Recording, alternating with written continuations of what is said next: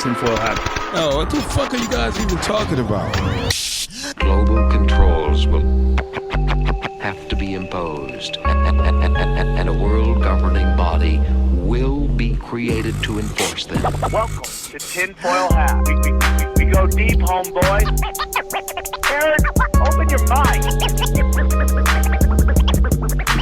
Drink from the fountain of knowledge. There's lizard people everywhere. That's some interdimensional shit. Wake up, Aaron. This is only the beginning. Dude, you just blew my mind. Are you ready to get your mind blown?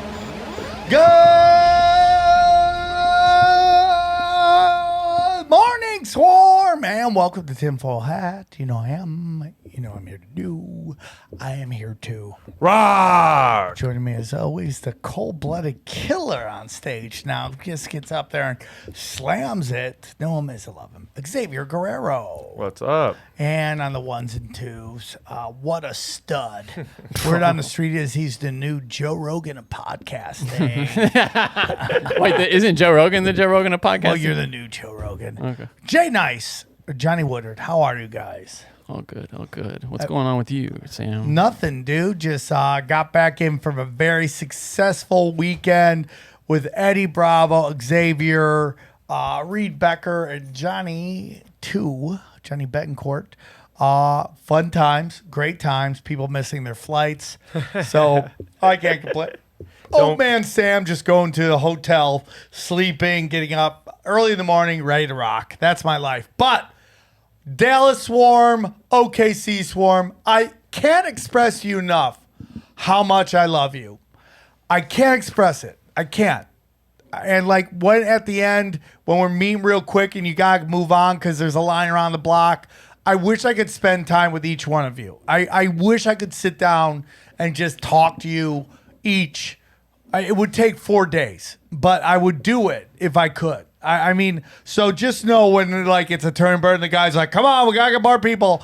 I feel awful. And I try to do my best to let you know how thankful I am.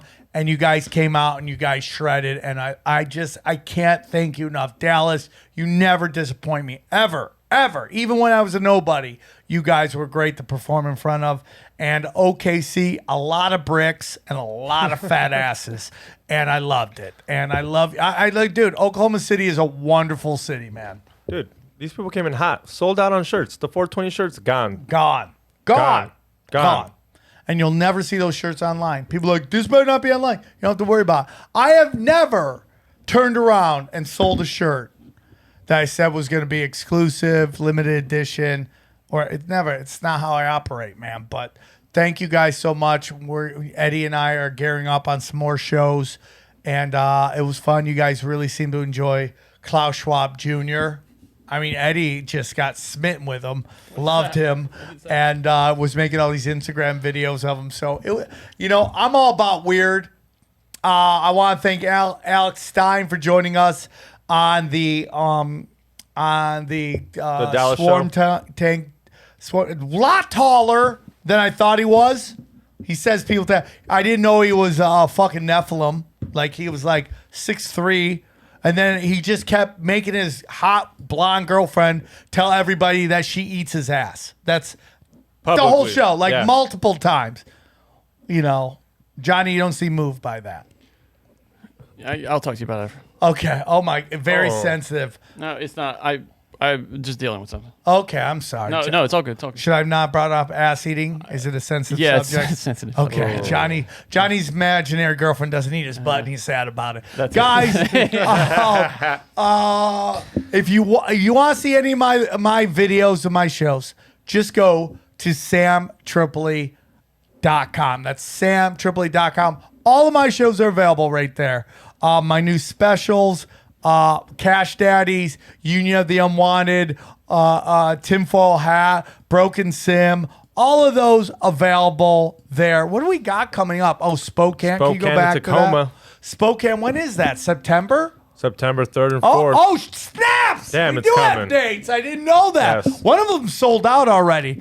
One of them was a late show, 10 p.m. One of them hot. sold out. So can you go back to that, Johnny, so I can see that? No, that was the Zoom window that was still up, but it's Okay, closed. my apologies, guys. My apologies. Gosh darn it. They can see it. They can Dang see it. nabbit. Yeah, okay. they can see it on the So stream. we got Spokane, September 3rd, and then we have Tacoma, September 4th. Go check those out. Those are great. And September then- 4th is a 420 show, guys. Oh, So be ready for snaps. T-shirts and be there at 420. And then we have, I'll be in, I'm going to Nebraska September 18th. And then all the way in October the 29th. I have shows in Idaho coming up, Utah. I'm booking stuff all over the place. So just go to samtripoli.com. A lot of things are going on, and just go check that out. All of my premium content is available in one place. Rockfin.com. ROKFIN.com. All of it's there. Tinfoil Hat Premium's there. Zero is there. Conspiracy Social Club is there. First Look Broken Sims there. The GOAT, if Johnny can ever do that again. And my good friend over there has a great show called We Don't Smoke the Same, and that's available on there as well. Coming hot. We just had a guy that breeds dogs, so he showed us how to jerk off his dog. Only on Rockfin. Here, how many subscribers you guys have? 3,000. Oh, that's great. Yeah, it's coming hot. Yeah, I'm telling you, it was good. 3,000's great, dude. Yeah. Weirdo. Okay. By the way, you're the second person to talk about that subject. We were at the OKC. We were talking to a bunch of people. Two young ladies hung out. One was a hot mom who had 4 kids. So I'm like, somebody bounce back real quick. And then the other one's husband, and she makes a lot of money breeding dogs, which means there's some humping going on. Yeah, she said she didn't mind watching her husband do it, which was weird to me. I was like, whoa, is that like... How did you get that into that foreplay? conversation, though? Because I had a dog, and she's like, how'd you get it? And I was like, I explained it. She's like, I breed them. How much you pay? And then she started going into it, and I was like, so, because these dogs can't breed themselves. You have to help them out. All are welcome at a live Tinfoil Hat comedy. We love you very much. Thank you guys so much. This is probably one of the most important shows we have done here on this show. And I'm being dead serious here. And I hope that I can label this correctly so you all listen. Okay, we have this gentleman on, Jim Gale, and he is with the Food Force Abundance business. And I'm telling you, you need to listen to this episode. If you're listening now, I know you are, but I'm telling you, this is a very important episode. Very important episode. So I hope you guys enjoy it. Rock and roll. Drink from the fountain of Okay, knowledge. man, let's get into it. I think this is a very important topic to have. You know, we had an episode earlier about how the powers that be keep talking about knocking out the grid. Why do they do that? That's Stitchell magic. They tell you what they're going to do, so if you don't stop them, that is your fault, not theirs, okay? So how do we prepare for this? The truth of the matter is, you have to take actions. If you want change, you have to make change. And one of the changes that I personally would like to do is get some land and learn how to grow my own food, which I think is very important. And that's why I think our next guest is so important. He is a CEO for the Food Force Abundance. Please welcome Jim Gale. How are you, Jim? Damn good, man. Thank you for having me on this awesome show. I'm excited to speak with all of you and your listeners about the solutions to the biggest problems in the world. And I have them, and so do many people, but most of you don't know what the solutions are because they keep this shit from us, right? And there is a they, and they have a very well-defined and very outwardly spoken strategy, which you referred to earlier. Well, I totally agree with everything you are saying. When I say they're always like, who's they? It's like they. You know they. Same people faked the Gulf of Tonkin. They, okay? The same people who told you there was weapons of mass destruction when there wasn't. They. The ones who are like telling you and paying everybody to tell you to get a vaccine. They. You know who they is. Stop acting like you don't know who they is, okay? It's not a certain group of people. You know, it's not the Jews. It's they. There is no one group. It's across multi groups it's not really born into it, but maybe you are born into it. But, it's. Oh, you're born into it. Okay, so we got this whole thing going on. For those, Jim, who may not be familiar with you, can you tell us a little bit about yourself? Yeah, so I grew up in Minnesota, suburb kid, just a standard house. My dad was a pipe fitter. My mom's a realtor. Had a great life. They called me Nature Boy growing up. I was a normal kid. I just loved to screw around and do crazy shit and try to get not in trouble, doing things that maybe should have got me in trouble. Had a lot of fun. And then I was a wrestler. I got the ear. Just got to watch the Olympics on TV. Yeah. And so I wrote my goal. This is kind of relevant. That's why I'm saying I wrote my goals for the first time when I was 19. And at that point, I had no vision of the future for myself. Nothing compelling. I was just going day by day, seeing how much fun I could have. And I wrote those goals, and I wanted to be a national champion in college. And when I handed them to my wrestling coach, he literally laughed internally and smirked. And he goes, "These goals are kind of lofty, don't you think?" Anyway, because of having that compelling vision of the future, I was able to manifest that. And that's one thing I want to talk a lot about today is we have to start having a compelling vision for our future.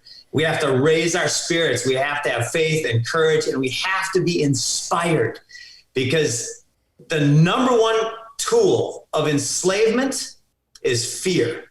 So we have to rise above that, and we have to promote these wonderful topics that lead to these good things to come. You know what? I think everything you're saying is spot on, right? Manifesting is so important in this reality where we live in. It's a realm. Some days I think it's a haunted house, to be honest with you, and that has realm aspects to it. When I was I grew up in upstate New York in a very small town. It's a very small town, and there were a couple really great athletes in my hometown. And I remember one time there was this kid, and all he wanted to do was wrestle for Penn State Wrestling. That's all he wanted to do. And he was so dedicated to it. And then this one teacher who, people do the best they can. And when you're young, you're kind of fooled. When you get a little older, you get kind of mad at them. And then you get a little older and you realize that they tried the best they could. It's like, oh, why did you see it? You get really angry. Then you get a little older. You're like, oh man, there's shit I missed. I can't, everybody's doing the best they can. But he had this comment, this teacher, and his son is, who I love his son very much. And he told the class that nobody, well, first of all, this was the first person in my life that ever told me everyone's going to die. And I remember the shock in the room. And I'm like, what do you mean we're all going to die? And I'm like, oh my God, he's right. I'm going to die. And that was kind of the beginning of reality sitting in. But then this guy also said something, and he was like, nobody from this school will ever play Division I sports. And dude, this kid fractured. Well, later on, I don't know if he went to Penn State, but he went on to be a D1 athlete. We had one of the top female basketball players of that generation went to our school. We had another guy who was one of the top swimmers in the country. So it's my parents grew up as teachers, and they were teaching at this time, this guy. But make no doubts about it, there are some people out there that are very limited in their scopes, and they don't realize you can't do anything. Most people take the first exit off the highway because they think that's the most practical, safe thing to do. And they don't realize 2 or 3 stops down, 2 or 3 more exits down, the most amazing shit was about to happen, but you never even got there. Yep. There's nothing worse than somebody tells me, stay safe. I'm like, what? Stay safe? No. Have fun. In fact, I talked to this older lady the other day. She's like, oh, be careful. I'm playing tennis. I don't want to be careful. I want to have fun. And that's a different mentality, right? One comes from control and fear. The other one comes from just enjoying the shit out of life. And you mentioned this idea about they did the best they could. That is the first presupposition of my MO, of my constitution is it's a fact. It's irrefutable that everybody always does the best they can at any given moment with any decision or choice that they are aware of. Now, the word choice is a misnomer because it implies there's an awareness of choice. Most of these people nowadays, they don't have that awareness. They've been programmed to such a level that they only have one programmed choice, exactly like robots. Hey, everybody, I want to tell you about our new sponsor, TbowBodyware.com. That's Tbow Underwear. That's right. Go to TbowBodyware.com. Use the promo code TINFOIL, okay? Their underwear is awesome. I have it on right now. That's how much I love it, okay? Their underwear was developed and tested by 400,000 men, okay? Tbow Underwear is developed by a community of customers to improve previous versions and develop new versions that through their online platform, okay? Tbow Underwear is extremely soft, and trust me, it is comfortable, well cut for the most flattering look. Yeah, man, your junk is gonna look power huge, and we could all use that here. My proud 6 inches never looked better. This is because so many customers gave their opinion to make them better than ever. Okay, Tbow is a leader in community-led production of their men's underwear, and they're leading the movement to have this as the future of all clothing production. Okay, Tbow is pronounced Tbow, just like Jason Tbow. Okay, if you love Jason Tbow, you're gonna love this underwear. Okay, Tbow underwear offers a superior cut bamboo material that is softer and more durable than your average underwear. Additionally, a cool fact: bamboo uses 20 times less water and cotton fabric, which contributes to sustaining the environment. Okay. Dude, a lot of great stuff. So here's what Tbow's offering. Okay, get 20% off your next purchase at TbowBodyware.com. That's TbowBodyware.com, and use the promo code TINFOIL. Okay, that's TbowBodyware.com, promo code TINFOIL. People always take safety over freedom, and we're seeing that playing out in real time right now. Real time. And there's something I'm coming to grip with, and I want to stay on this topic because I think it's very important. I could go way off track real quick, but what I'm starting to realize in life is the difference between smart and intelligent. And some intelligent people are smart, and some smart people are intelligent, but not all intelligent people are smart.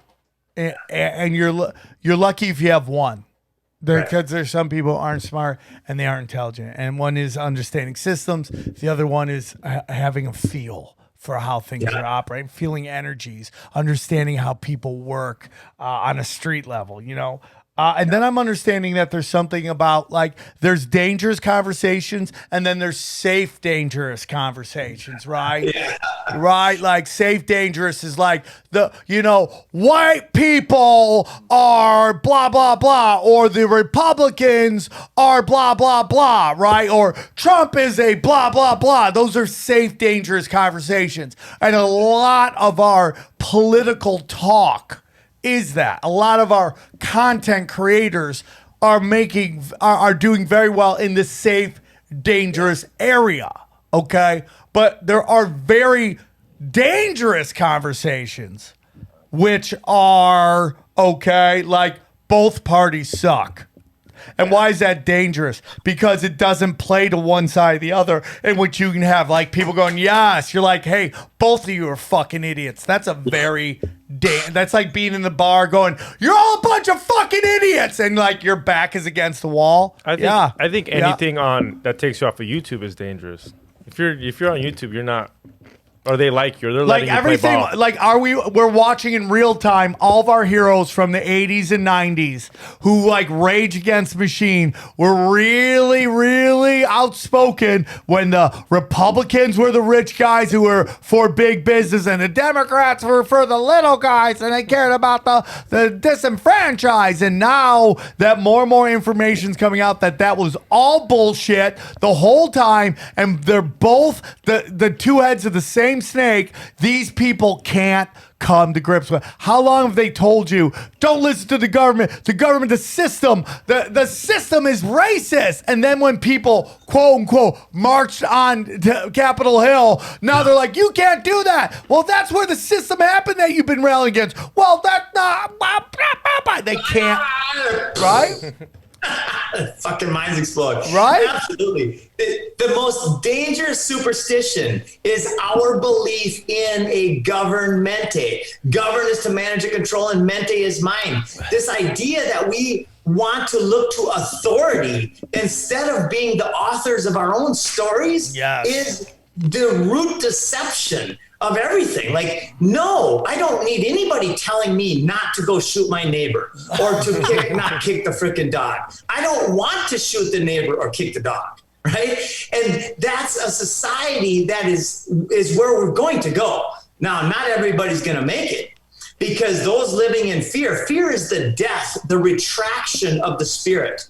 And it's our job to lift that up and to help people see that we're more than this physical body. At least that's what I know to be true after some amazing experiences with shamanic medicines and breath work and meditation. So that's our job. That's my job is in life. It's my duty to my 4 daughters. I've got 4 beautiful, amazing girls. 4 daughters! Damn, dude. I thought I was dangerous with 2. 4? Wow, bro. Yeah. Wow. So I'm motivated as hell, and I'm joyfully obsessed. Now, when I took the red pill back about 14 years ago, I would say in 2008, when Obama first got elected, I had tears of joy because I still did not understand what was going on.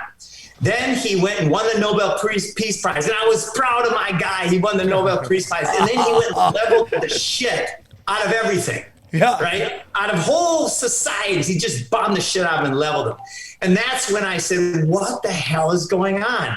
And I took the red pill. I had my first 2 daughters, and I was in pain because I had this cognitive dissonance. You can't hold 2 competing belief systems in your head at the same time without struggle. So I went through that struggle, and then I read Bill Molson's quote.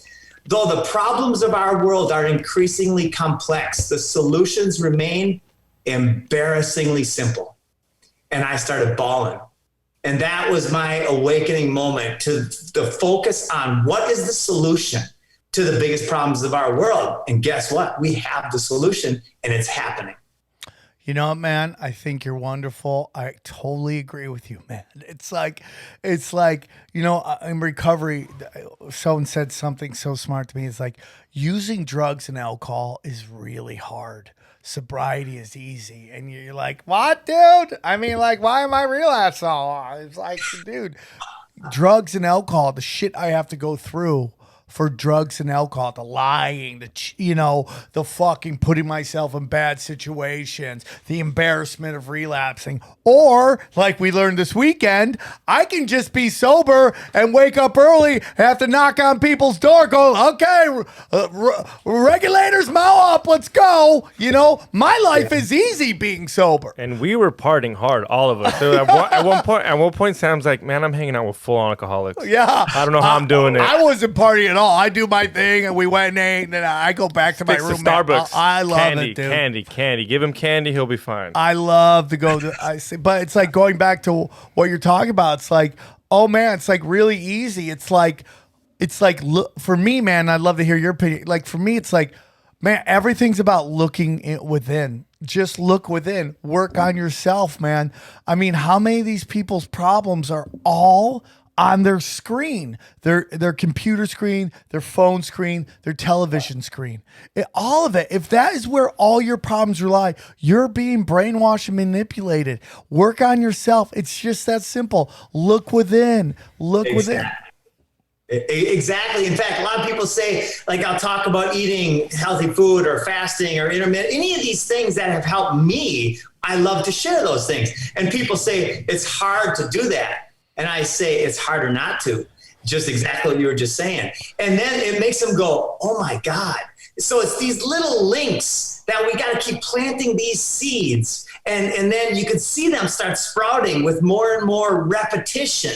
You know, in fact, there's one thing that I want to get out. It's on the tip of my head. People say, oh, how do they program us through the television programming with the governmente as producers of James Bond films and of CNN and all these freaking things, right? How do they do that? Entertainment, entertain means hold, and mente is mind. Enter the mind hold. So I was watching a CIA ops guy talk about how they used neurolinguistics to control the thoughts and the visions that people had in their head. And this actually blew my mind. I've got a master's in neurolinguistics, and I still didn't imagine the application that would be used against us. So they did a study where there's two people in a room, and they had somebody come in, put his hand on a desk, and then walk out of the room. So they asked these people, okay, what just happened? Did a person come in and put his hand on the desk and walk out of the room? And everybody said yes, right?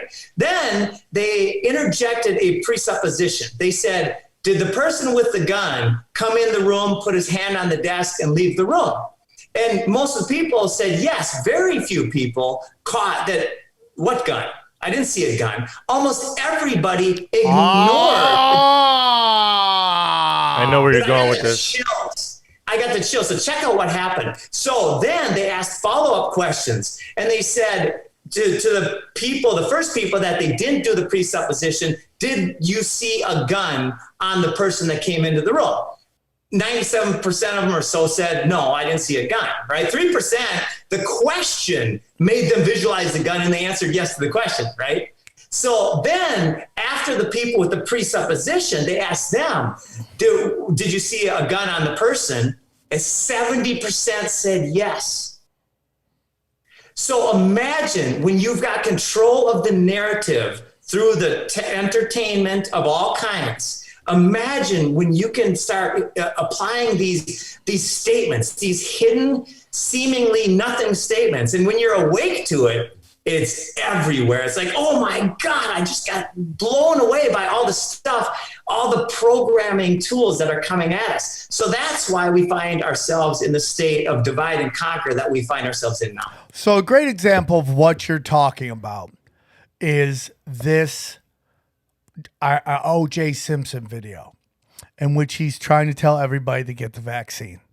And it's like the most bizarro thing I've ever seen in my life. I didn't see that one. Yeah, it's on my Instagram. And he's like 99% of those people that are dying or in the hospital are the unvaccinated. That is a complete and utter lie. That's not true. It's not based on any other thing than something put out on either on a Twitter that's been decimated, that's been what's the word I'm looking for? Spread the information, spread out, disseminated, not decimated, but disseminated through all these blue check mark people that are now being regurgitated by people, including idiots like O.J. Simpson, to everybody, and it's not true, and it's because the reality is that human beings at their core are good people. Yes. And they're trusting people. So if I go, hey man, there's a guy in there that's got a gun, right? People think I'm telling the truth. Well, what if I don't want you to buy one of the scratch offs because I want to buy all the scratch offs? So I tell you there's a guy in there with a gun and everyone runs away and I'm the only one who gets all the scratch offs and now I win a prize, right? People don't want to think like that. They want to be trusting, want to be loving. And these people prey on that. They prey on it. People assume that other people are like them and that most people wouldn't lie and wouldn't be deceitful like that. But the people we're against here, man, they don't have any scruples. You know, there's no morality to them. They don't care at all. I mean, like OAC is being caught as a fraud. I mean, she has to be asking herself, I'm like 3 years into this and I am just getting beat like a piñata everywhere I go. Because they're grooming her to be the next Nancy Pelosi, right? But Nancy Pelosi never had immediate reaction to everything that she does like OAC is right now. She's getting caught in lie after lie after lie, and I don't care how big your jugs are. Eventually, people are going to forget about those mammies, and they're going to go, this chick is lying. Everything coming out of her mouth is a fucking lie. And she's going to get it every moment she goes. It will be to the point where they won't be able to walk down the street. without people being bothering her. And that's where we are. And you're 100% correct. And that's why you got, like, tell me you watch MSNBC, CNN, Fox News without telling me you watch MSNBC, CNN and Fox News. And it's just the same.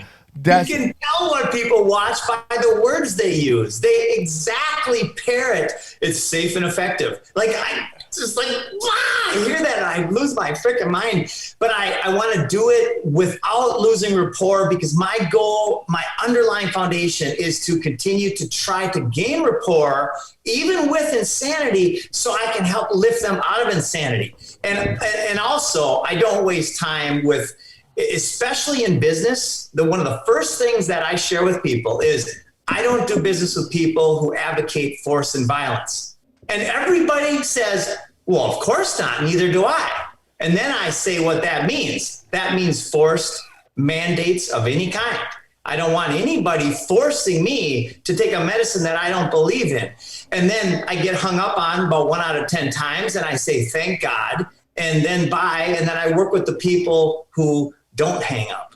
Hey, everybody, I want to tell you about our friends at Lucy Nicotine, okay? Lucy Nicotine is a company founded by Caltech scientists and former smokers looking for a better and cleaner nicotine alternative, okay? Finally, tobacco has an alternative that doesn't suck. All right. Research and developed for 3 years to be made for people, not patients. Lucy has created nicotine gum with 4 milligrams of nicotine and comes in these 3 flavors: wintergreen, cinnamon, and pomegranate. Holla at your boy. Okay. Lucy has lozenges, okay, with 4 milligrams of nicotine that include the following flavors: cherry, ice, citrus, and mint. They went hard in the paint on that. Okay.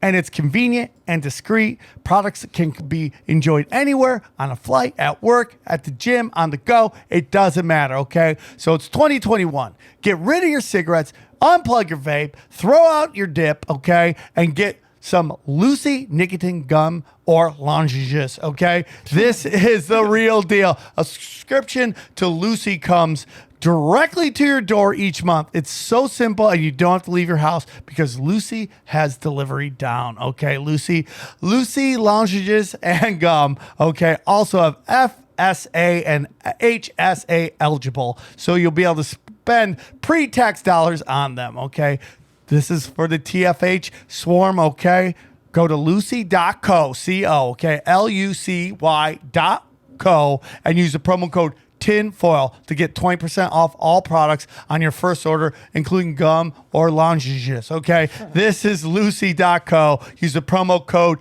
tinfoil at checkout. Okay, I also have to give this disclaimer: warning, these products contain nicotine derived from tobacco. Nicotine is addictive chemical. Okay, lucy.co, and be sure to use the promo code tinfoil.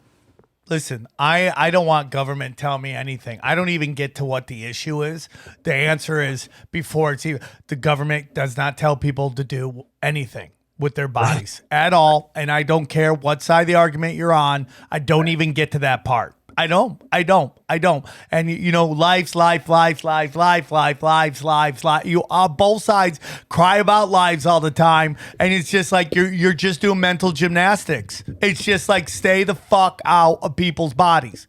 And that includes on both sides. Don't do the mental gymnastics. And I'm sorry, I know if you have religious views, that's great. You do you. I don't want the government telling me what the fuck to do. And you know, with your medical fucking tyranny, you do you. I don't want the government telling me what to do. And it's unbelievable. Again, go to these safe danger people that talk about safe danger, that are in these in this cookie cutter fucking style of politics, that can't understand that telling people to take a vaccine and then limiting what they can do with their lives based on work and where they can go is fascism. It's fucking fascism, absolutely. Okay? And it's just like, I'm getting asked to make comments on a comedy club that I work at. This is my house. I will not disparage that place because of the woman who started it, Mitzi Shore. I won't do it. I'm not going to do it. You know my opinion on it. Stop asking me. I'm not going to trash something that's helped me out. Without it, I would be dead and you guys wouldn't even know who I am. So I'm not going to trash it. But make no doubts about it, I don't agree with what's going on. Okay? It's fascism. And stop acting like it's not. Stop crying about Nazis. Stop crying about fascism. And then being okay with people being told you can't work here without a fucking vaccine. That is fascism. That is taking a government position and using the private sector and working together to control someone's ability to make a living. Exactly. Now imagine living in a country where in California, you can't work without vaccine. Oklahoma, no masks. The servers were taking care of us with nothing. It was like back to normal. Imagine living in a country where there's two different types of way to get a job. Well, it's like the rest of the country stopped playing pandemic. They really have. And now you got these numbers like, oh, Florida skyrocketing. Get out of here with that crap. Dude, and I honestly think if it was real, why would they let these fucking Lollapalooza just happen? Hard Summer just happened. Is they want to have an excuse like, look, this is where it happened. We all hung out at Lollapalooza and these fucking 19, 20-year-old kids gave all the state of Chicago fucking. I think that's what it is. It's so dumb. Because you're already being told if you had the vaccine, you could still get it, spread it. All if you can get it and you can spread it, why are you taking the vaccine? I'll tell you why you're taking the vaccine. Because you want them to stop. But what they're showing you is it's never going to stop because there'll be a new variant every 6 months that they're going to lock you down on. They want you to push back. That's what they're seeing what they can get away with. We are absolutely in the middle of World War III, and it's a complete psyop. A document was written more than 50 years ago called Silent Weapons for Quiet Wars. It lays it out in detail, the psychological strategy, and it talks about who and why. Well, the why is obvious, control. And this agenda, by the way, and this is a lot of folks there's layers to this onion. And I've been studying for 14 years, very open-minded. I'm not a flat earther. I don't believe that there's a flat earth. I could be wrong. I'm willing to be wrong. I don't think I am, but I'm willing to be, right? And that's the same thing when Building 7 fell. I'm like, no way was that a conspiracy. It would take too many people to pull that off. Well, then I realized that compartmentalization is freaking real. Yeah. And that there are so many layers to this onion that once you start unpacking it, to now everything makes sense to me. I have no more illusions, no more confusion. There are and always have been parasites at every level of this divine natural creation. And from wood ticks and mosquitoes to the Rothschilds and Rockefellers, sucking the blood and the energy of the people. And it's our job to earn our freedom. That's part of the game that we're in, is to earn our freedom. I completely agree. By the way, you are the best interview ever because, like, I know when you're done talking, you're great at it. Like everybody else, but you're perfect at it, dude.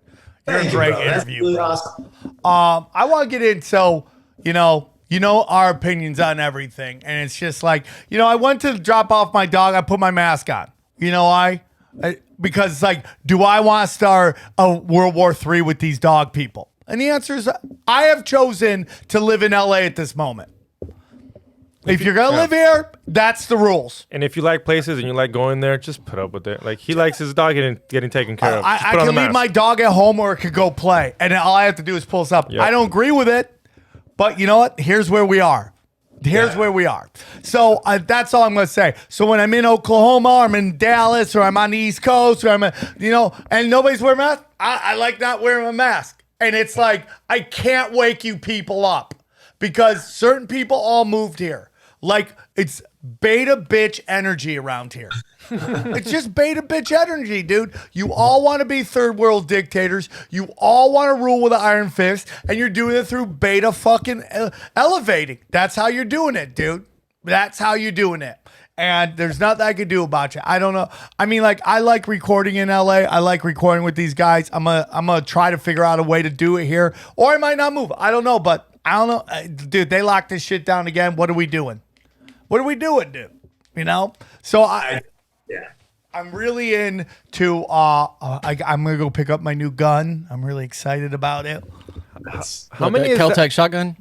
Caltech, yeah. Yeah, the shotgun. Think I could have like 9 shots in it, just keep pumping, putting it in fucking zombies, bro. How many Boom, off my lane. How many guns we talking, Sam? I now got 4 or 5. Oh, that's a good amount.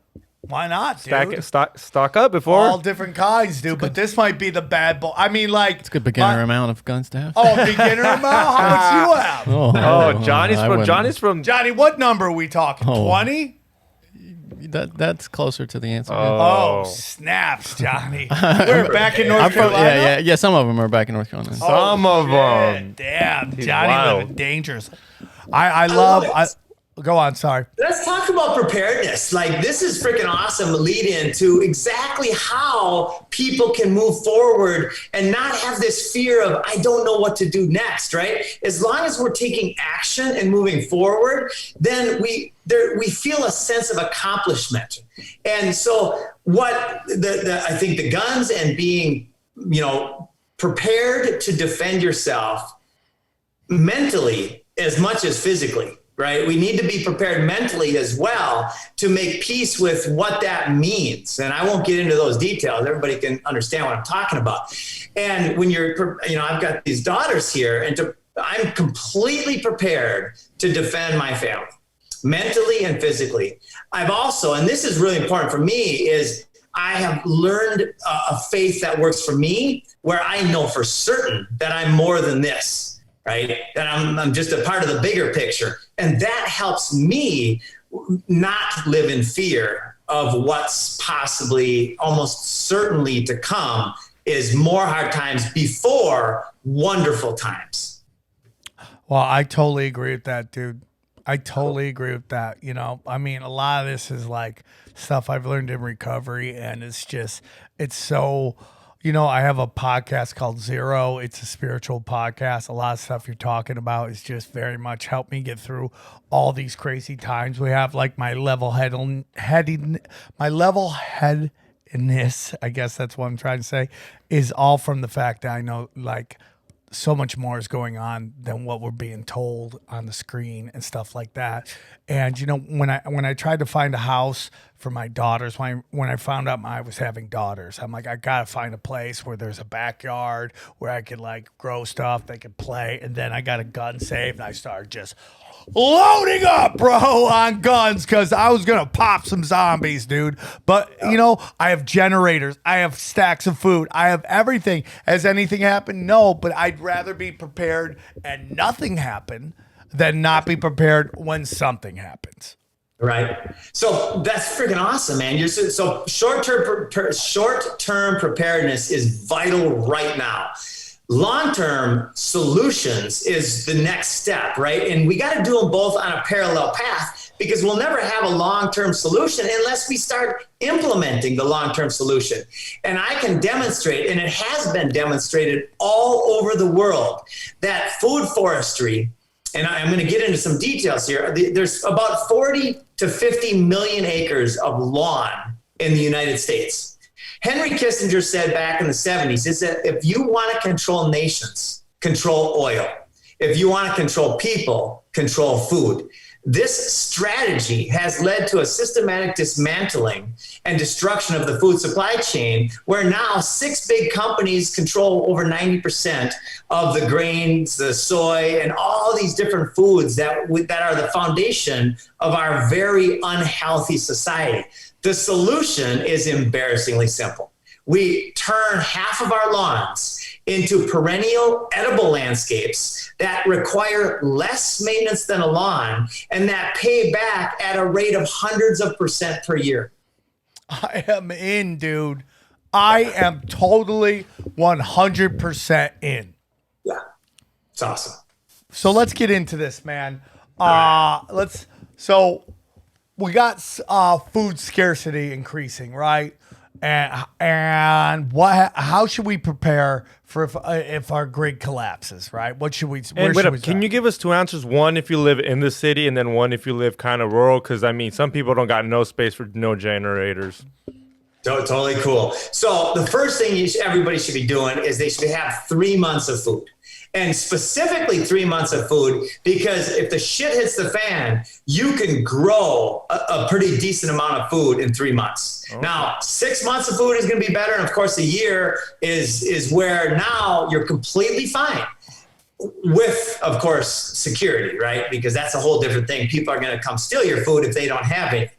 So, so let's start with 3 months to a year's worth of food and seeds. You want to buy seeds. Go to Johnny Seed or True Leaf or even your local Lowe's. And people, should I buy heirloom or should I buy anything? You know what? You're not going to buy GMOs because they don't sell GMOs at those places. So don't worry about it. Just buy a bunch of seeds. Or here's even better. You want a multi-function. You go to the store and you buy organic tomatoes and cucumbers and zucchini and a whole bunch of sweet potatoes and potatoes. And then when you eat those, you take the seeds out and you make your own little seed bank. Oh, now, snaps. They don't cost anything. Snaps, dude. There you go. I'm in, dude. What's the easiest thing to grow if it's like your first time growing and you kind of don't want to ruin? There's zombies outside. You don't want to ruin it. What are we growing? Indoors, yeah. So thank you to the cannabis industry who've taught us how to grow indoors, right? LED lights and a reflective paint, even a white reflective paint in a closet or in a bedroom. And you can grow and sweet potatoes and microgreens are the two best things to grow indoors. Sweet potatoes are one of the best preparedness foods. Potatoes save millions of Russians in different places around the world. And then microgreens, you can buy pounds of microgreen seeds, broccoli and kale and peas and sunflowers and radish and all sorts of stuff. And you can harvest those in 2 weeks. Jeez, I'm loving this. Yeah, it's easy as coffee in the morning. You pour a little water on, squirt, and now you've got 14 days later, you've got microgreens that are 4 to 40 times more nutrient dense than adult broccoli and kale. Okay, and this is all available on your website. Yeah, and on YouTube everywhere. Our website, our focus is food forestry. We design and install food forests. And I got to share this. It's so exciting because 100 days ago, I was on the high wire with Del Baytree, 33-minute section. And since then, we have went from 3 people to about 40 people. We're in 11 countries and 35 states, installing major food forests that will radically change the lives of the family, not just for a couple of years, but literally for generations. I love this. So people can call you up. Okay, so you're out of Florida, right? What if I'm in Wyoming? We have people in Wyoming. You can have a food forest anywhere where you can grow grass. Dude, I love this, man. This is great, man. Wow. Yeah. I'm very excited. So basically what you do is you come in and you set up basically a food forest? Yeah. We design and we do what's called a food forest blueprint. So you can install your own food forest or we can install it for you. And you have some in California as well? Lots in California, yeah. Wow. And I've seen a lot of people, I've heard a lot of people growing on top of the roofs. Is that recommended? It's recommended if that's your best place to grow. The soil is number one by far. We're destroying these same people who are creating the poison producers of our world are destroying the soil. And it gets really deep, but the bottom line is building soil is what we have to do. So yes, rooftops are awesome, decks are awesome, windowsills are great, and then otherwise you just got to get the LED lights from Home Depot for $29 and grow in your closet. I love this. Okay, so tell us a little bit more about Food Forest Abundance.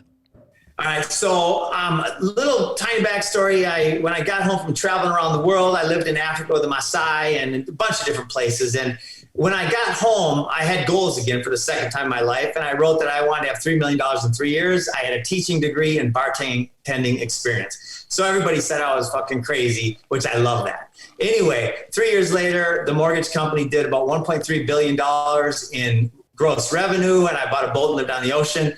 And again, it was all about the vision and thinking outside the box. I thank the Lord for my ADD, because I never got sold in school to pay attention to the teacher, because it was way too exciting in my mind for me to pay any attention to the teacher. Yeah. I'm the same way, dude. Yeah. So anyway, I'm copying a similar model, and I've had a lot of business failures too. And those failures have been my biggest teachers, by the way. The successes are just party time, but the failures are where you go, holy shit, how did I screw that up so bad? Right. So we created a similar structure called our Food Force Cooperative. And we teach capitalism. We teach regenerative entrepreneurship. And we have what we call a voluntary exchange of value. So, little backstory again. I spent about $250,000 getting a franchise ready, and it was about 350 pages of rules. And I threw the shit in the trash after spending that money. We now have a 2-page contract, and it's simply based on the voluntary exchange of value. We have no patents, no non-complete, no non-disclosures, no nothing. It's just, here's our value. If you want to join us, join us. If not, we'll help you anyway. I love that, man. You know what I'm saying? It's like, so we do, here's my whole thing, right? We go on the road, we do shows. I sell t-shirts, man. Awesome. And, you know, it's a really craziness after the show. And I have this theory that these people are my fans, and they got to steal it, and they might steal a shirt. If they steal a shirt, they steal a shirt. And maybe they're going through some shit that they can't afford the $20. They want it and they really need it. And at the end of the day, I hope that shirt gives you a little energy and happiness to you know, take care of yourself and get out of that place where you got to steal a shirt from somebody who you love. So that's kind of where I am at the end of the day. If the numbers add up, the numbers add up. If they don't, they don't. It's okay. It's like, you know, what you're talking about is abundance right here. Like I can't express how much that has changed my life. It's like giving shit away. It's like, you know, it's like you see somebody need, you only got 20. You're like, you want to break it. You're like, here you go. And it's like, it comes back to you. He's not lying. He's not lying. I've seen him 3 times already give a homeless person a straight up $20 bill. This person's face, they want to give him a hug. They don't not to because they're dirty, but Sam's just like, we're good. Yeah, dude. Sam gives him the 20 and it's after the show. So it's like, he's feeling like he's got the money, the love, and he's like, I got to give it back to someone. You, it comes back. He's been doing it. I'm not lying. I've seen it. So what you're doing is that as well. You're like, hey, man, this is how we do it. If you want to do with it as you please, or we can work together. And I always say it's always better to work together. Yeah, man, collaborating instead of competing. And I'm an athlete. I love competition. And I used to get pissed off when I lost that stuff in my 20s and teens, especially. Like I broke probably 10 pool cues over my knee, which is complete insanity. Like that. Now I'm a tennis player now, and I can play tennis like a crazy nut. And if I lose, I'm actually just as happy, like maybe 1% less happy, as long as I played as good as I could play. But I'm so happy for the other person now. That's what, if people can resonate to that level of understanding that we do the best we can with what we got, and we just got to work on ourselves and not worry about everything out there. You know, you brought up something very, earlier about how you know, it's like these things don't work out. You sit there and you go, okay, what happened there? Like, these are learning moments. I couldn't agree more. So today, for some reason, I woke up really sad, like really sad. And I was like, man, I feel really sad right now. And, you know, instead of like running around crying about it, I'm like, why do I feel bad? Like, what is going on in my life that I need to learn from? And I say that to everybody. It's like the universe warns you all the time. It gives you warnings, both positive and negative, that something needs to change. You need to do something a little different. And these like sad moments, these angry moments, these moments of failure, they're all like moments to learn. They're like, the universe wants you to learn something right there. And because I believe, like I had a conversation with somebody, they had something at work didn't go well. And I'm like, that's the universe teaching you a lesson, because something bigger is coming and that lesson had to be learned. So you don't do it when this big thing happens. And that's kind of how I think about my career. It's like, if I would have gotten what's happening right now when I was your age, it would all go away, dude. It would all go down in a blaze of glory because I was such a knucklehead back then. I was so in my disease, ego, paranoid. I would have flamethrowed everything. I catch myself now when I old behaviors catch up and I nip that shit in the bud. I nip it. I'm like, oh, we're not going there today. Not today. Not today. And that's badass. Yep. Yeah, and it's like I feel the exact. Do you say not today because you take it day by day? Is that why you say just not today? Like, well, I'm dealing with it just today. Well, you know, when it comes to recovery and stuff like that, I always ask for 24. Just give me 24 hours. When it comes to like when I feel like either I'm getting slighted, my paranoia is just starting to take off, I go give it a moment. You know, in recovery, it's called pause when agitated. And just like give me, pause. And like I can't tell you how many times I've calmed the fuck down instead of making that call, walking up to that person, yelling and screaming, and just paused. And just what am I to learn today?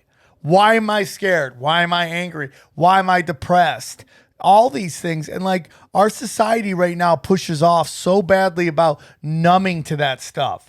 Oh, I'm really sad. I'm been depressed. I'm really depressed. Oh, here's something. Now, people have chemical imbalances. I'm not talking about that because there's a lot of people who they start catching feelings and they hate it and they want to run from it. And it's like, why? To me, it's like, why am I feeling like this is the most important question. Why am I sad today? Why did I wake up sad?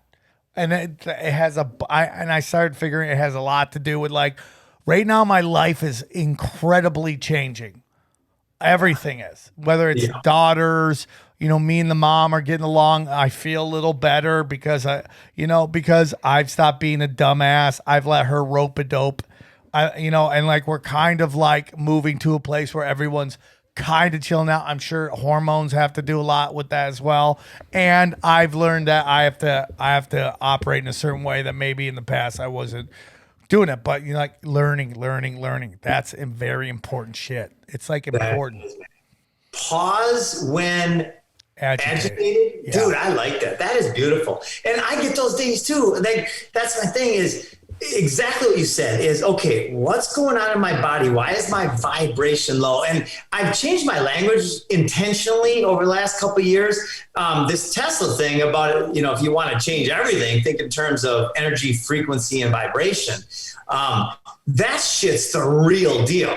Like I feel, and I've really worked very intentionally on feeling my vibration. Like right now, I can instantly feel my hands just vibrating. Like if there was the right kind of instrument, you could see the light coming off them, I think. I don't know. I've never seen it. I'm with you on that. Huh? Remember The Last Dragon? Do you remember that? The power of the glow. Yeah, when you start getting the fucking glow going, dude. Oh, no. Yes. I'm going to tell you something, though. I've been seeing more and more people's hands shaking. And they're not people that I'm like, what is this about, man? I wonder if that has to do with the fucking dirty electricity we were talking about. 5G? 5G, all this fucking routers and all this shit. Like, are we getting bombarded with electricity so much? Or is everybody just turned to the bottle during the pandemic? It could be that too. But I know people that aren't like hard drinkers, and they're fucking. I think 5G fucks around with your anxiety. Yeah. Let's stay on topic. Everyone's like, get back to it. So, what were you? So you were into what you were doing before food forest abundance. You were talking about you failed a lot, and now you got this simple contract. And I want to kind of pick up right there. Well, okay, so we are.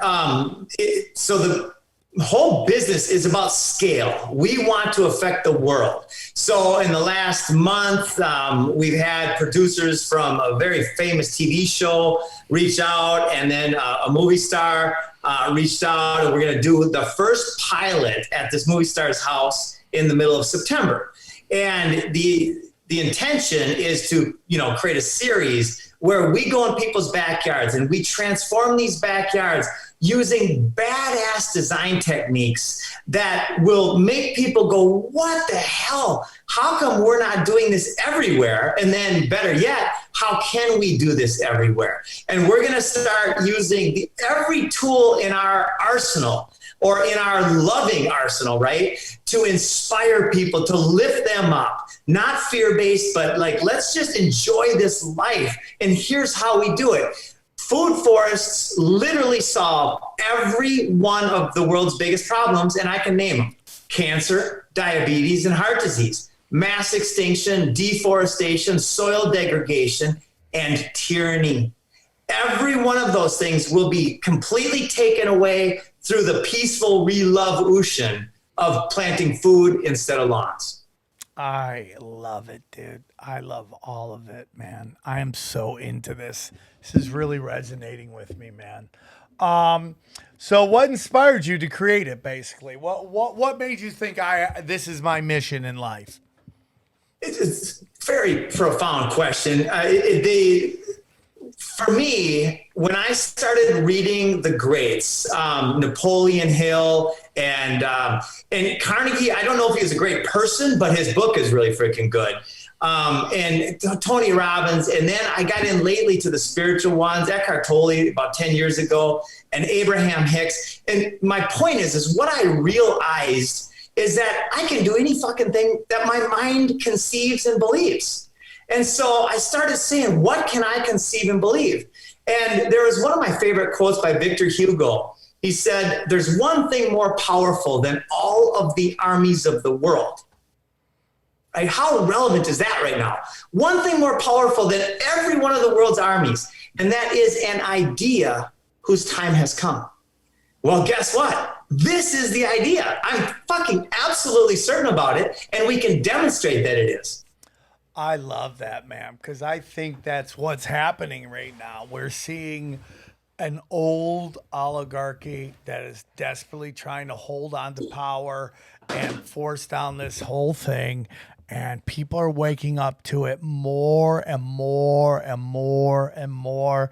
And as much as the internet has bombarded us with craziness, it's just like if you hang out long enough, you'll meet people in your tribe and you'll vibe with your tribe, and people are waking up to this idea that, that we have all the power, and the oligarchies are small and they have none of the power, and they might have all the money and they think they're going to fucking own everything, but we'll just take our ball and go home, man. That's my opinion, man. And this is exactly what you do. This is exactly what you do. You build your own garden. You build your own forest. That is so great. Become self-reliant, autopoiesis, be the governors of our own, not looking to anybody else for anything. That's why, this idea of Q, well, we have been ripped off forever. I love the idea, but here's what I don't like about it. The idea that somebody's going to save us is not natural. That's not how it works in a divine system. We have to rise above it, right? So that's why I'm such a hardcore promoter of capitalism. I've had people that, because this is communism, capitalism is the same as unsustainable and sustainable, which is the same as life and death. All those things are the same, and so let's focus towards life in a way that, like Thomas Jefferson said, the tree of liberty must be nourished from time to time with the blood of patriots and tyrants, for that it's natural manure, right? Well, how about not? How about we just build food forests everywhere, and then we win through complete joy and abundance instead of through blood and war? And this to me is exactly what, and I'm sorry, everyone can get mad at me, and I talk about it all the time. This is exactly what the Q people did. They pulled their energy, their money, their attention, their luge out of the system. Yes, did they rely on trust the process?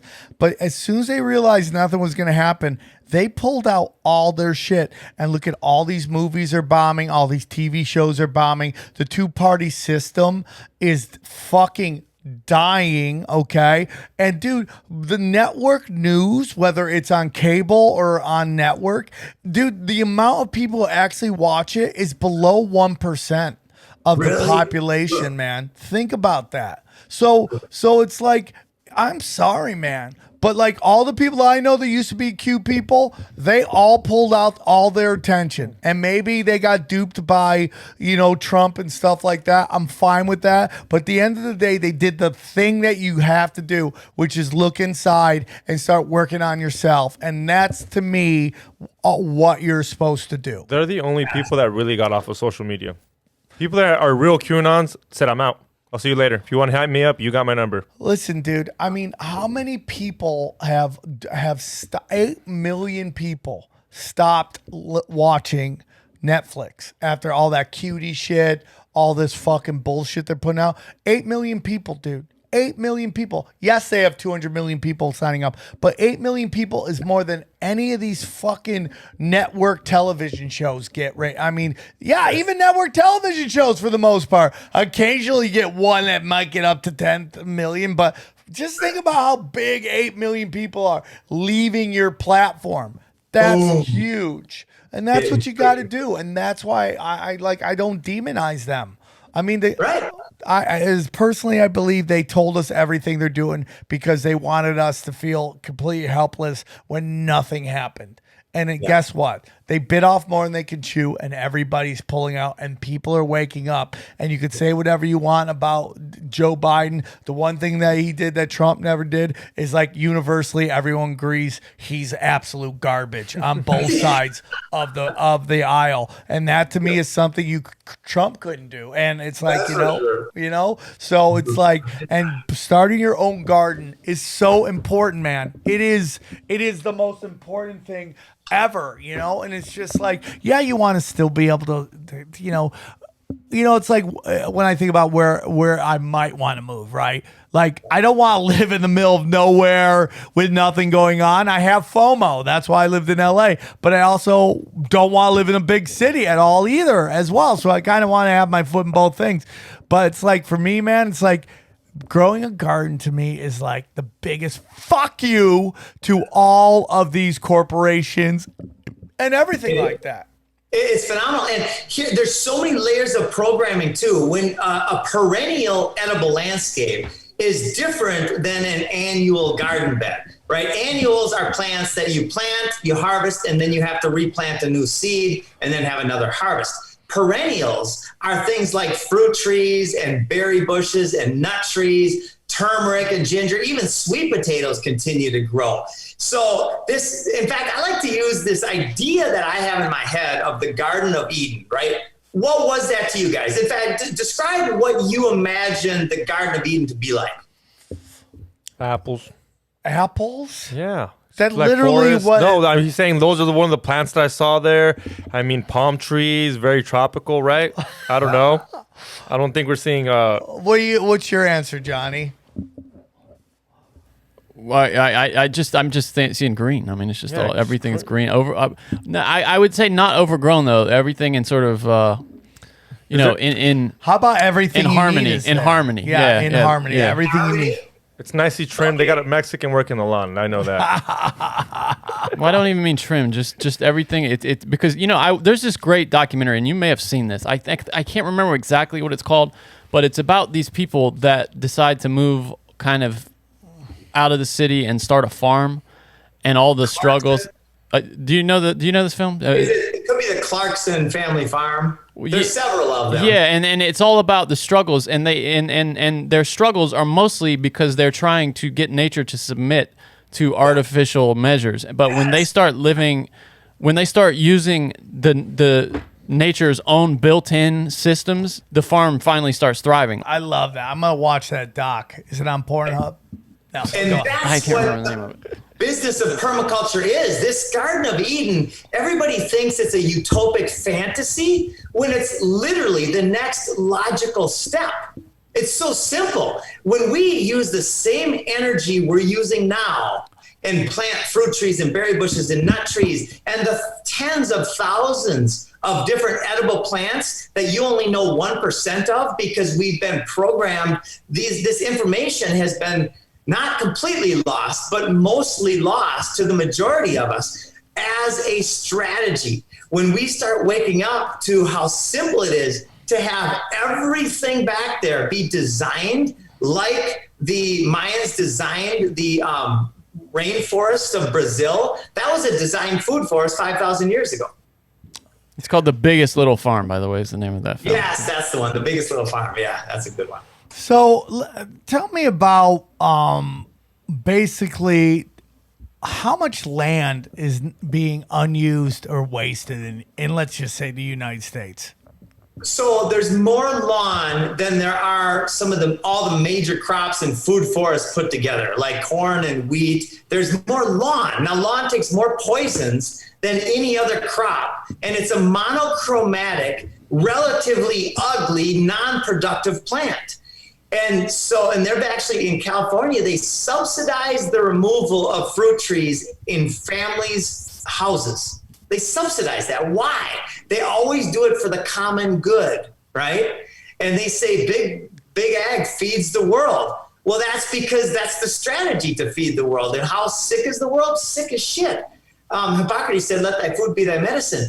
We don't need any of that shit. All medicine, all that stuff is gone when we simply eat a healthy meal a day out of our backyard, which is less energy than the lawn.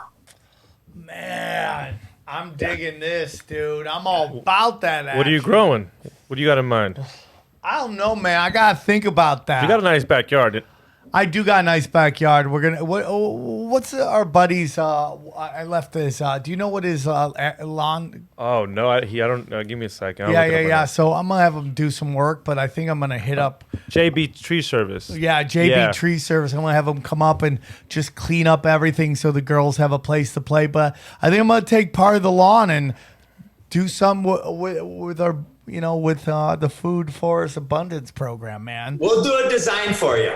I'm down, dude. I'm totally down. We'll do it. We'll talk after the show. We'll get a design going. And also, when you clean up what's already there, make that part of the design, because you can use that incredible resource as mulch, and mulch is gold. Like, you want to put all that right back on the ground, and you want to start building the microbiome, the soil that creates life that then you can plant in and they'll thrive. I'm very excited. Now, you brought up big agriculture. It's so interesting. Again, back to this safe, dangerous talk. If we go, hey, man, the military-industrial complex is bad. You got these safe, dangerous talking heads railing against us all the time. But if I took, instead of the pharmaceutical industry, and I said big medical industrial complex, people might have a different reaction to it, right?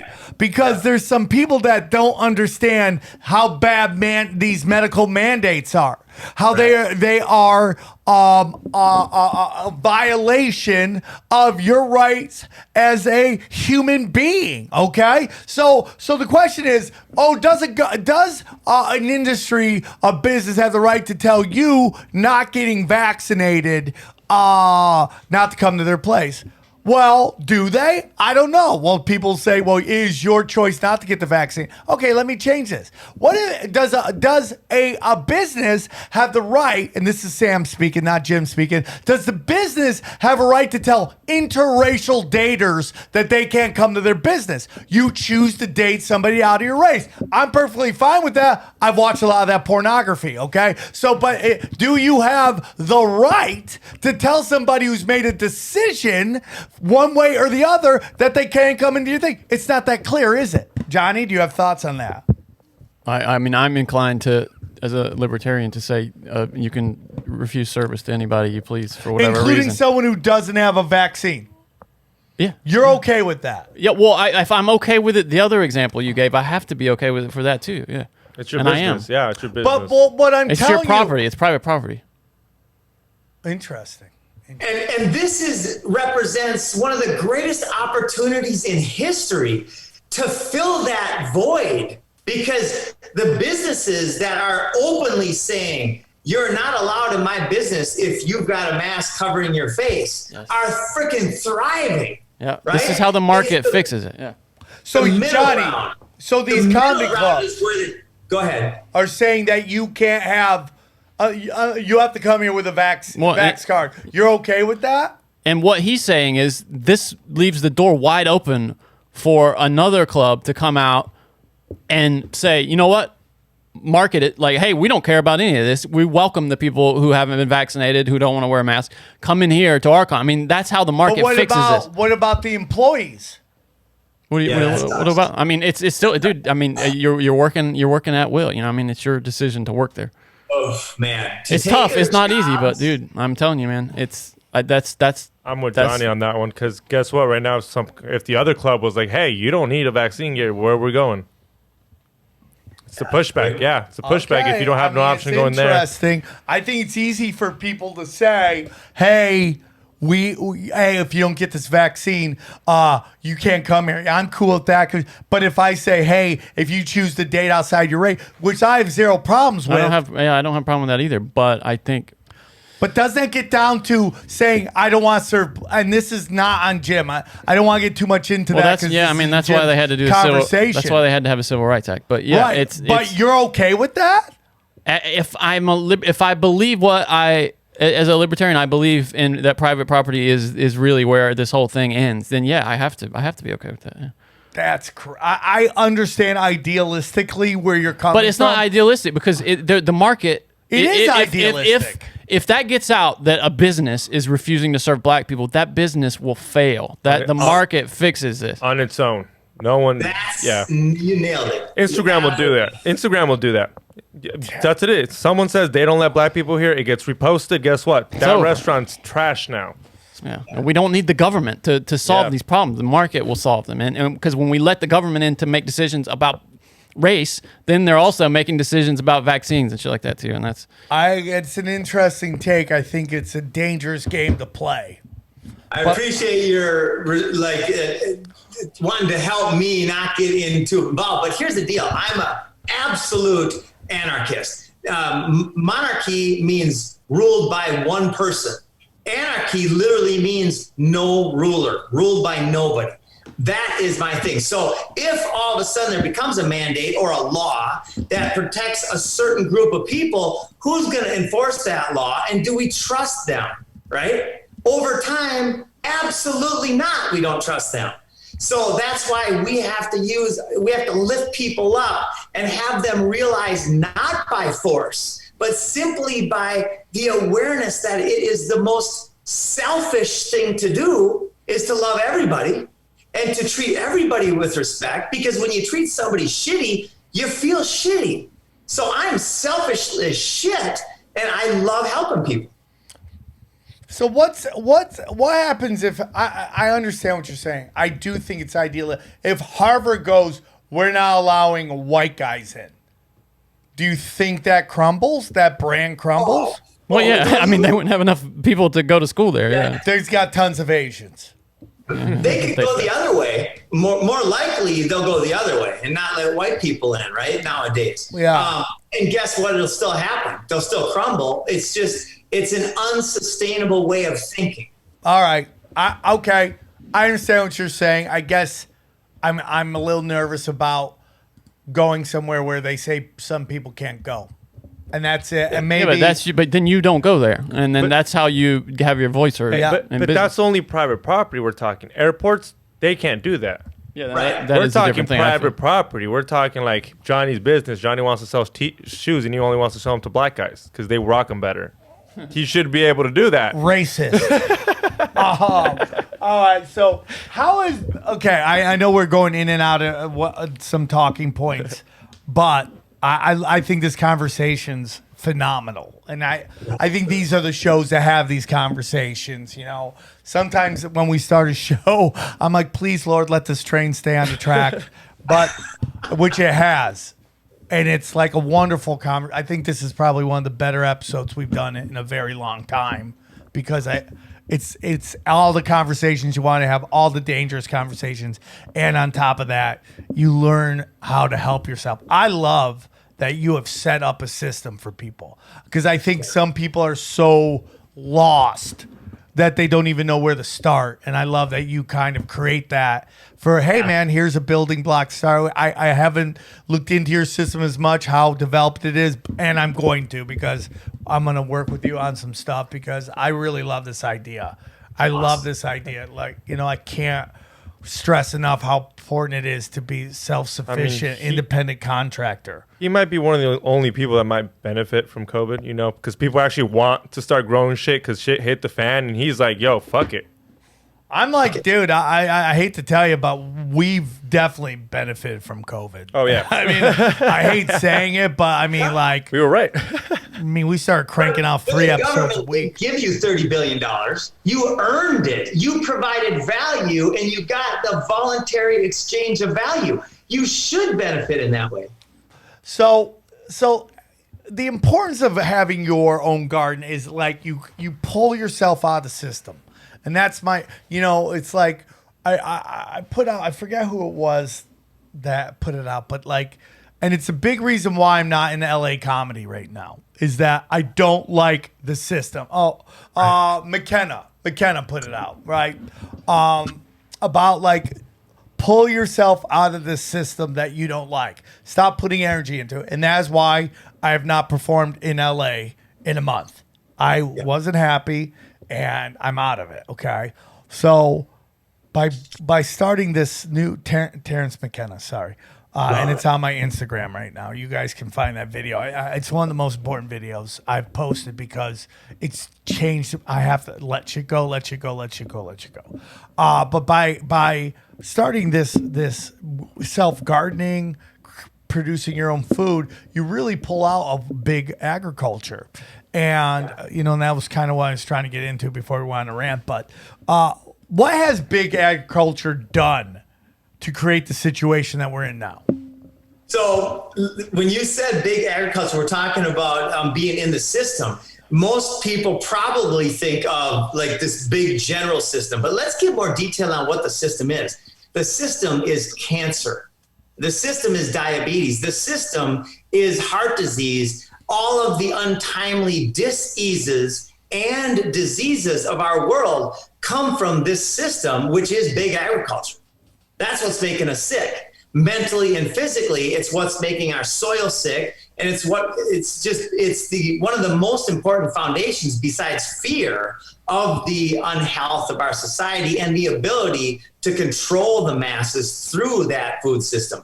So what big ag represents is one of the most insidious tools of enslavement. And how did they get there? This is a strategy that has been going on forever. When rulers used to go in, warlords to a community, they would kill the farmers and take the farms first thing off. This is the food supply chain, by the way, is everybody should get food right now. Because I don't know, I don't have a crystal ball, but there's so many different collapse possibilities that are all kind of simultaneously happening. And there's a lot of theories about that. Some of them are absolutely true. So anyway, store food right now. All right. So our final thing is this. All right. So what changes can the average person do to actually have an impact on a larger environment? Meditate. Relax your mind and find something that brings you joy. And I know you're asking specifically about food, and I'll get a little bit into that real quick. But the most important thing is to start feeling good, to ask the questions that you were talking about earlier. If I'm not feeling good, okay, what have I done? And the odds are you've been watching CNN or Fox or some of these shows that actually bring you to their resonance, to their frequency. Right? Turn that shit off. Go outside, walk with nature, and then start observing the butterflies and the bees and the interactions and the colors of the leaves and the sounds. Like the symphony outside is insanely beautiful, but most people haven't heard it for a long time. Right? So that's the foundation, is start paying attention to yourself in a way that lifts you up, and then start getting seeds and playing around. YouTube has all the answers. Anybody here can grow food as easily as you can grow your lawn. As easily as you can have coffee in the morning, you can grow food. Man, I love this episode, Jim. I gotta be honest with you, man. Expectations were high, and you blew them out of the water. I think this is so important. These are just these episodes that I hope really people sit down and listen to. They visit your site, they start doing their own research, and they start doing their own thing. You know, one of the coolest things I heard when we were in Dallas, I heard a bunch of people talking about how they were starting their own business. And they go, yeah, man, I'm starting my own business. And I know they've heard us talk about this on this show, on Cash Daddies, wherever, man. And I can't express enough how my heart fills with joy when I hear that. And that is the beginning of getting out of the system, how to create a business and revenue out of the system that they could crash at any moment. And then this is the next part. Self-sustaining, man. You know, it's like I have FOMO, man, but I also have 2 daughters that I want to grow up in love and having and being happy. And like I need to get to simpler places so they can enjoy it and not have to learn critical race theory and brainwashing and all this stuff that they really want to do to their minds, man. It's like somebody played a video of this kids show, which is for like 3 to 8 year olds. And they're like, one of the characters he's a boy that just wants to wear a dress. And I'm just like, why are you putting this stuff on kids? Like where are your morals, man? Programmed. It's just programmed. Oh, no. And there's so many people who don't have kids that don't understand that. And it's particular. I don't want to go too deep. There's down. action figures with masks on now. It's so dumb. Action figures. All This you is- gotta do yeah. is see that and go, this. You know, we just had a guest on that's kind of more of the left, and he sent me some stuff about the vaccine and about all the military presence that's stepping in, that the door that the vaccine is opening. And I'm like, you know, I just want to do that Jack Nicholson, like, yeah, now you're getting it, dude. You're coming to my side, man. And my side is on nobody's side. That's my side. Ronin this shit. Stop thinking either side gives a shit about you. Stop being angry at the military industrial complex, but thinking that the medical industrial complex has your fucking back. I mean, they've committed wars to help the medical industry. So you need to understand that there's levels to this shit. There's levels. And don't be angry at anybody, because when you're angry, then you freaking lost. You're totally right. And we were talking like we ate like shit this weekend. Horrible. We ate like shit, and I think that's a part of my sadness. I ate for like sure. shit the whole time. Yeah. Yep. We got to fix that. When Yeah. we go out, we can't be eating fucking pizza and Doritos and Every day beef of all jerky. the time. I know. Look at him. Look at him. He hurt him. Look at him. I love pizza. Once in a while, good pizza's fun, but man, when it's the only thing open, when you got to perform, and you know these clubs, God bless them, nobody's going to a comedy club to, you know, eat from a garden. So it's just meant to be munchy foods, and but we perform when people are out dinner. So it is what it is. Jim, dude, you did wonderful, man. What a wonderful conversation to have. His website is, and please go check it out. foodforestabundance.com, man. Jim, final thoughts, anything?